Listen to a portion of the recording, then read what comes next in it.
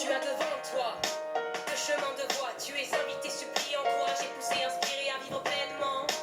D'une vie dans le vent, suis le Bonjour à tous, très heureux de vous retrouver pour une nouvelle émission Actu Jésus.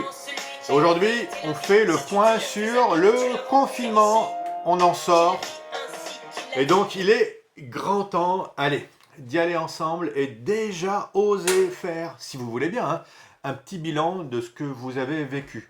Alors qu'on sorte mi-mai ou fin mai ou début juin, peu importe, cette vidéo va au moins vous permettre de pouvoir commencer à réfléchir sur ce que vous venez de vivre. Oui, c'est bientôt fini et évidemment, il est grand temps de pouvoir se dire, mais qu'est-ce que je vais retenir de ces 40 jours de carême et 50 jours avant de Pentecôte. Le Seigneur a permis que vous puissiez passer ainsi 90 jours à son école, isolé. C'était un luxe incroyable. C'est vrai, avouons, un luxe qui vous a permis de pouvoir aller jusqu'au bout de vous-même, de voir pas mal de choses et de découvrir vos limites, ça c'est sûr, vous les avez bien vues, et les gens qui étaient confinés avec vous ont pu le voir également, mais aussi vos qualités. Et puis non seulement pour vous, mais aussi pour la société, les gens qui sont autour de vous. Alors face au virus, rappelez-vous, c'est pas si vieux, mais vous avez vu la manière dont la société a réagi, et c'était assez étonnant. D'abord la stupeur, la sidération. Ah bon, il faut s'isoler, il faut se mettre, on est confiné, on est privé de liberté. Et derrière, il y avait la peur de la mort. C'était terrorisant. On n'allait plus. Vous voyez, le nombre de personnes qui ne sont plus allées à l'hôpital parce qu'ils avaient peur de prendre le virus. Et c'est vrai que on est parti dans un tout Covid et le nombre de morts qui nous était donné journalièrement, enfin, chaque soir, on les comptait, on regardait la courbe monter. Sauf qu'on n'avait aucun moyen, aucun référentiel. Et c'est vrai, on nous disait 500 morts, 600 morts. C'est absolument énorme. En même temps, énorme par rapport à quoi? Par rapport à qui? On avait quand même des chiffres. On savait qu'une grippe, une mauvaise grippe, c'était 9000 morts en France. Et là, le Covid va nous faire 30 000 morts, soit 3 fois plus, quoi, vous vous rendez compte? Mais que 3 fois plus en même temps, et tout le pays s'est arrêté, et le choc économique que ça va donner, enfin bref, quand je dis 30 000 morts, c'est bien plus encore, parce qu'il va y avoir des répercussions, on le sait tout ça. Mais le plus étonnant, c'est qu'on n'avait pas les moyens, on n'avait rien vu venir. On croyait qu'on avait un vaccin parce qu'on était occidental, on était de peau blanche. Alors, on vivait en France, vous voyez. Alors, c'était une maladie qui était pour les Africains, Ebola, ou pour les Asiatiques, mais ça ne pouvait pas venir chez nous. Donc, vous avez vu la sidération. Et ça a été quand même très impressionnant. Et puis, la sidération chez nous. Euh, et la grande question que vous êtes posée, c'est où est-ce que je vis et avec qui je vis en ce moment. Et il a fallu choisir ce lieu. Ou en tout cas, oui, il a fallu le choisir parce que vous ne pouviez pas faire autrement. Mais ça donne quand même pas mal à penser. Et les moyens vitaux qui sont les vôtres, les nouilles, papier WC, on sent que c'est très vieux déjà ça, mais les peurs, la peur de manquer, et qu'est-ce qui a vraiment de la valeur? Et puis alors, ce qui était bien aussi, dans un deuxième temps, on s'est aperçu, enfin et heureusement, on s'est aperçu qu'on avait besoin de notre système de santé, d'hôpital, et les médecins sont devenus enfin les héros qu'ils sont.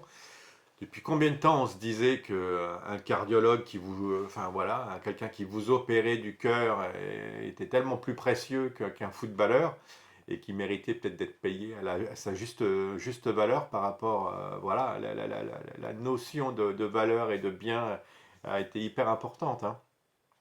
Et puis, je pense que dans un dernier temps, mais moins fort que je pouvais l'imaginer, il y a ce désir de culture qui est revenu, et puis de se poser la question où est l'essentiel. Chaque personne s'est posé la question en fonction du trésor qu'il avait en lui et en elle, et de la capacité de pouvoir prendre du recul. Et cette capacité de pouvoir prendre du recul, ma foi, ça n'a pas été aussi simple que ça, et peu l'avait. Et c'est pourtant ce qui est nécessaire pour pouvoir gouverner et vous-même pour pouvoir prendre du recul par rapport à votre vie, d'où l'intérêt de faire le point comme on le fait en ce moment. Regardons si vous voulez bien. Donc, par rapport à l'analyse de la société, que notre société occidentale si riche, notre France, puissance mondiale, si peu prête à accueillir un virus comme celui-là, c'est fou, hein. Et on n'avait même pas de masque et on n'avait pas de test. Simplement, bah, tout malheur, il y a un bonheur, hein, et c'est que enfin, on se prépare. Moi, je vous assure, au moins, ce virus nous aura préparé au prochain virus que nous risquons de pouvoir avoir, hein, et au moins, on sera prêt. On sera un peu comme les Coréens qui ont super bien réagi parce que eux, ils avaient déjà eu le SRAS. Il y a 10 ans, et donc comme ça, ils savaient les gestes barrières, les masques et tout ça, et puis comment réagir pour pas non plus faire arrêter toute une société, mais être prudent et puis voilà, être serein aussi et agir en fonction.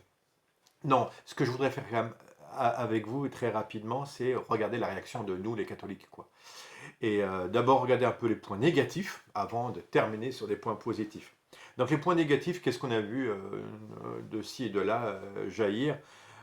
D'abord, ça a été première réaction, punition de Dieu, aucun regard théologique et serein, le mal venant forcément de Dieu, et donc s'il se passe cela, c'est que Dieu veut purifier, Dieu veut punir, Dieu veut laver, c'est parce qu'on n'avait pas été digne, alors sanction biblique, et alors on n'est plus du tout dans le Jésus du Nouveau Testament et de ce que l'Église catholique enseigne. Mais on était retourné dans l'Ancien Testament, on l'a vu même chez des catholiques prêcher cela, c'était incroyable. Parce que ça paye, mine de rien, hein. Quand vous parlez des fins dernières et quand vous parlez du chaos et de la punition, les gens écoutent, quoi. Le serment du curé sur l'enfer est écouté 10 fois plus, regardez le nombre de clics, que si je vous parle d'espérance. Et c'est toujours pareil, hein, les récits d'accidents et de malheurs font le buzz. Bon, c'était pas nouveau, on le savait. On parlait systématiquement des prêtres qui tombaient et qui étaient pas fidèles, par exemple, à leur vœu de chasteté. Ça, tout le monde en parlait, et puis ça faisait la une de tous les journaux, et tout le monde voulait de l'info que là-dessus. Et on oubliait qu'à côté, il y avait 100 prêtres qui étaient, eux, fidèles et qui vivaient de leurs vœux, hein, et de chasteté, de pauvreté, d'obéissance, mais ça, personne n'en parlait. Vous voyez, c'est pas nouveau. Autre point, euh, c'est quand même incroyable, il nous a quand même manqué un peu, je trouve, des prophètes et des sages, des gens qui nous ont permis qui peuvent nous permettre de prendre du recul. Mais en même temps, c'était lié aussi que la matière, l'expérience était toute nouvelle.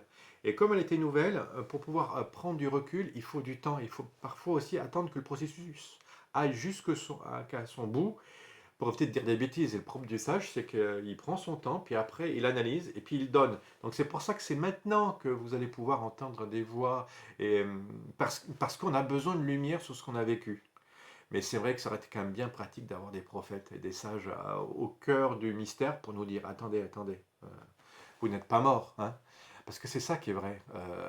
Vous qui écoutez cette vidéo en ce moment, vous ne faites pas partie des 30 000 victimes de cette maladie en France.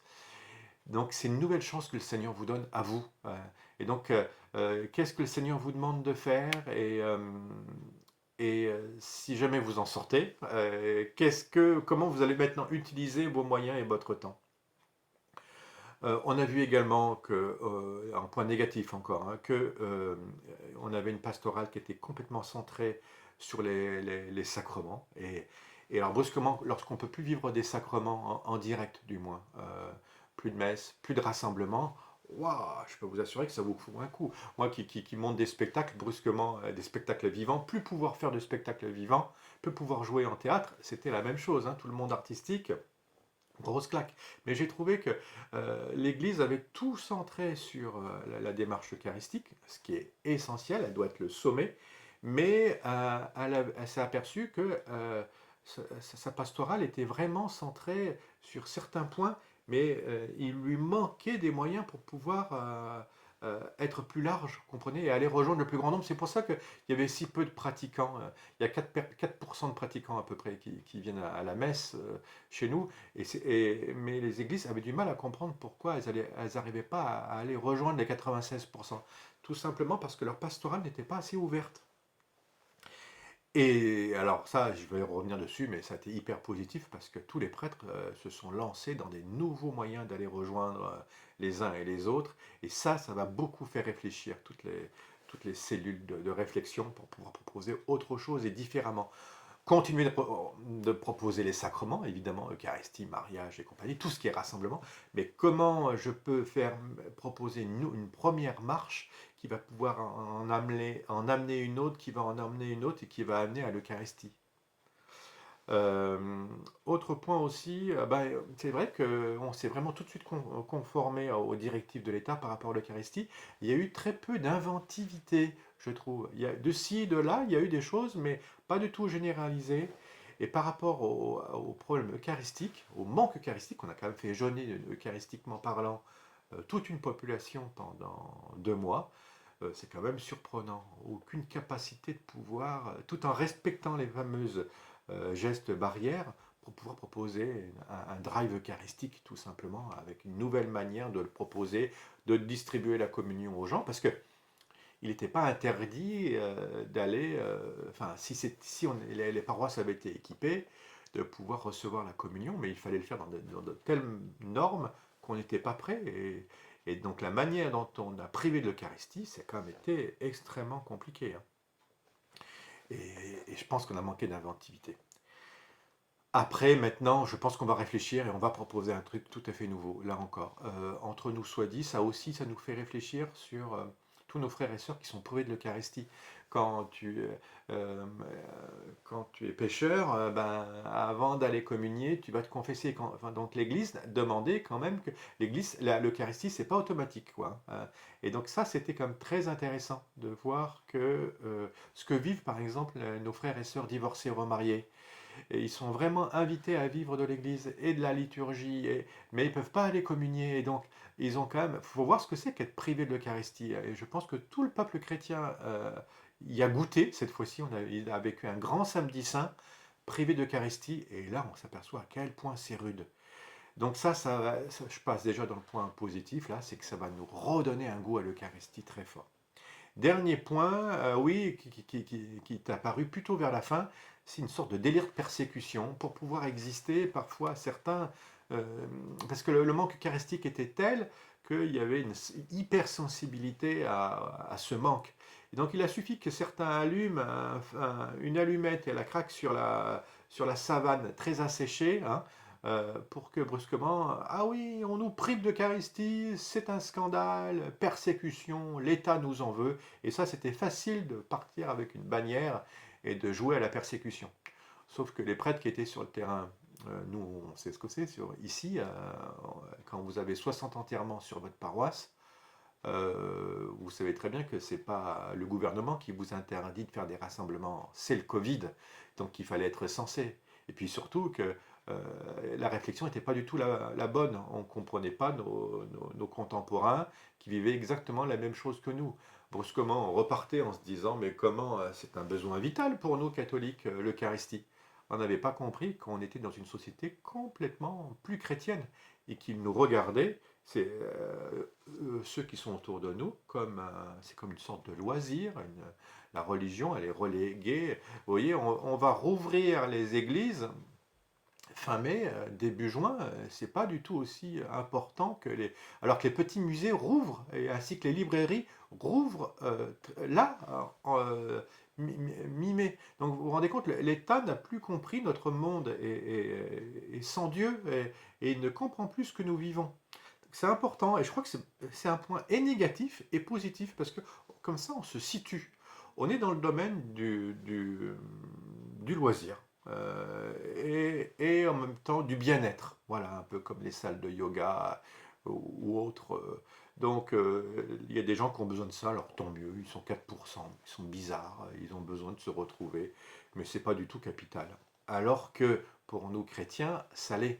Et donc la réflexion, et c'est là peut-être aussi que ce Covid a été quelque chose de positif, parce que ça nous a poussé à avoir une réflexion pas uniquement que théologique. Hein, une réflexion théologique, ça part du principe que Dieu existe. Donc si Dieu existe, on peut parler de cela et de sa révélation. Et puis, sauf que la plupart de nos contemporains, eux, n'adhèrent pas à Dieu. Ils sont agnostiques ou athées, mais pour Dieu, il n'y a plus aucun, ça n'a aucun sens. Donc on ne peut pas parler théologie avec eux. Donc est-ce que je peux encore parler avec mon prochain, l'homme politique, mon voisin, l'homme de théâtre, que sais-je? Oui, évidemment, mais pour ça, il faut avoir un minimum de philosophie. Il ne faut pas toujours... Et donc l'Église nous invite à faire de la philo et de la philosophie réaliste et réfléchir avec nos contemporains sur qu'est-ce qui est essentiel à l'homme. Mais c'est capital. Et vous voyez, on a pu le faire en leur disant, mais vous n'avez pas besoin uniquement que de nouilles et de papier WC. Vous avez vu que vous avez besoin de vous retrouver pour les funérailles quand même. Vous aviez besoin de retrouver vos personnes âgées qui étaient en EHPAD, sinon elles mouraient. Et donc il y a aussi ce désir de la famille, des proches, du sens de ce qui fait la valeur de la vie, quoi. Hein. Qu'est-ce qui est à même de pour me protéger? C'est quoi un besoin vital? Et en effet, la culture est absolument importante. Et si une grande quantité de personnes sont spirituelles, et parce on ne vit pas uniquement que de supermarchés. Ah oui, tiens, alors pourquoi c'est Churchill qui disait ça pendant la Seconde Guerre mondiale. On lui disait, on n'a qu'à couper le budget de la culture pour l'investir dans l'armée. Il disait, mais si je supprime la culture, alors pourquoi se bat-on? Et c'est vrai que c'est essentiel. Ce qui fait la base de notre société, c'est pas les points de vente, c'est pas la délocalisation et le profit à tout prix. Et bon, alors c'est pour ça qu'on va se remettre à repenser tout ça et on va vers un meilleur monde, je pense. Et on a pris conscience de notre fragilité. Les points positifs, c'est que oui, on s'est mis à avoir besoin de philo pour pouvoir réfléchir avec nos contemporains sur l'essentiel de l'être humain au niveau du travail, au niveau de l'amour d'amitié, au niveau de la communauté. Et avec eux, je peux vous assurer qu'on peut penser un jour à faire un peu de métaphysique, à réfléchir sur l'être et l'existence d'un être premier, celui que les religions appellent Dieu. Ce serait mais capital de pouvoir faire ça, et je pense que ça va faire naître des vocations. Alors, point final, c'était suffisamment long. Et vous, personnellement, qu'est-ce que vous avez appris? Et moi, qu'est-ce que j'ai appris? Qu'est-ce que vous savez, donc le premier point, c'est qu'est-ce que vous savez bien faire et qui bonifie le monde et que vous allez pouvoir maintenant garder. Vous avez vu hein, que vos compétences en cuisine, avec cet instrument de musique, les blagues que vous sortez, les conseils que vous pouvez donner, ou votre capacité d'écoute, de bricolage, du jardin, des points élémentaires qui font ce que vous êtes, tout ça, et ils sont importants de pouvoir les cultiver pour pouvoir rester les deux pieds sur terre, revenir à l'expérience. Et ça, il faudra continuer à le cultiver. Même votre aspect et votre dimension artistique que vous avez brusquement ressorti. Je vois l'un ou l'autre ressortir la guitare, je trouve ça fantastique. Se remettre à faire des poèmes, bon. Et sinon, qu'est-ce qu'il y a de la valeur autour de vous hein, et qu'est-ce qu'il y en a moins? Peut-être que vous êtes aperçu que le mode de vie que vous aviez choisi était complètement futile et vous accordiez beaucoup de valeur sur ça, sur cette personne. Elle ne vous a jamais contacté pendant le Covid, pendant le confinement. Hein, et celle-ci ou celle-là, c'était... Par contre, votre famille, vous avez vu celle-ci, celle-là, ceci est de la valeur. Et le prochain confinement, avec où et avec qui vous allez vouloir le faire, s'il y en a un jour, je ne le souhaite pas. Euh, et sur votre positionnement social, est-ce que vous avez pu commencer à faire le point? Vous en étiez où dans votre choix de société que vous avez choisi hein? Vous êtes un leader, un suiveur, un opposant, un bouc émissaire, et qu'est-ce qui vous fait vibrer là-dedans? Et puis maintenant, dans le nouveau monde dans lequel vous entrez, quelle société vous allez bâtir pour pouvoir y être bien? Et donc peut-être changer de rôle. Et c'est peut-être fini cette histoire d'être toujours le souffre-douleur, ou d'être toujours l'opposant, ou d'être toujours le suiveur, ou bien cette place de leader que vous espériez, que vous aviez, peut-être elle est complètement surfaite et il faut peut-être la passer à quelqu'un d'autre. Vous voyez, c'est le moment ou jamais on change, on évolue durant la vie et ça peut être un super moyen pour vous. Oui, qu'est-ce que vous allez changer? Euh, Qu'est-ce qu'il y a de la valeur autour de vous? Je vous l'ai dit. Et puis après ces 40 jours de carême et 50 jours avant la Pentecôte, je vous assure que le Christ envoie, vous qui êtes chrétiens, il envoie ses enfants et ses disciples. Et c'est fort de l'Esprit Saint que vous allez sortir du confinement. Vous avez maintenant une mission. je suis sûr que ça va réveiller les vocations dans l'Église. Oui, on a besoin de prêtres. Oui, on a besoin de religieux, de religieuses.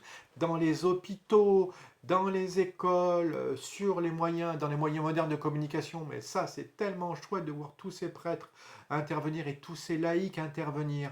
On n'a pas uniquement besoin de banquiers et d'avocats et que ça, on en avait besoin, mais je vous assure que les familles chrétiennes réfléchissaient à combien il y en avait qui pouvaient décourager leurs garçons et leurs filles de consacrer, de donner toute leur vie pour un métier qui n'était pas rentable, pas efficace. Il n'y a rien de si peu efficace et de rentable que de suivre le Christ, et pourtant c'est l'essentiel. Alors Seigneur, donne-nous beaucoup de vocations et de jeunes qui vont maintenant remplir nos séminaires et nos couvents et nos noviciats, parce qu'on a besoin de témoins du Christ qui osent aller en parler. Et puis, j'espère bien qu'il y aura plein de saints laïcs, d'hommes et de femmes célibataires ou mariés, qui vont se mettre à témoigner, qui vont investir d'autres lieux, évidemment les églises, hein, et qui vont se réapproprier l'Eucharistie, mais qui vont aller se retrouver dans les moyens modernes de communication, tels que voilà, les réseaux sociaux et autres, mais aussi toute une dimension artistique, pour laquelle je plaide, évidemment. Euh, et puis j'espère que vous avez découvert des choses, hein, vous avez vu. Moi, personnellement, je termine là-dessus. Moi, j'ai découvert, j'ai relancé ma web TV. Je me suis dit, mais oui, c'était capital. Et puis même, j'ai découvert la prière sur Instagram avec tous mes jeunes et les gens qui voulaient.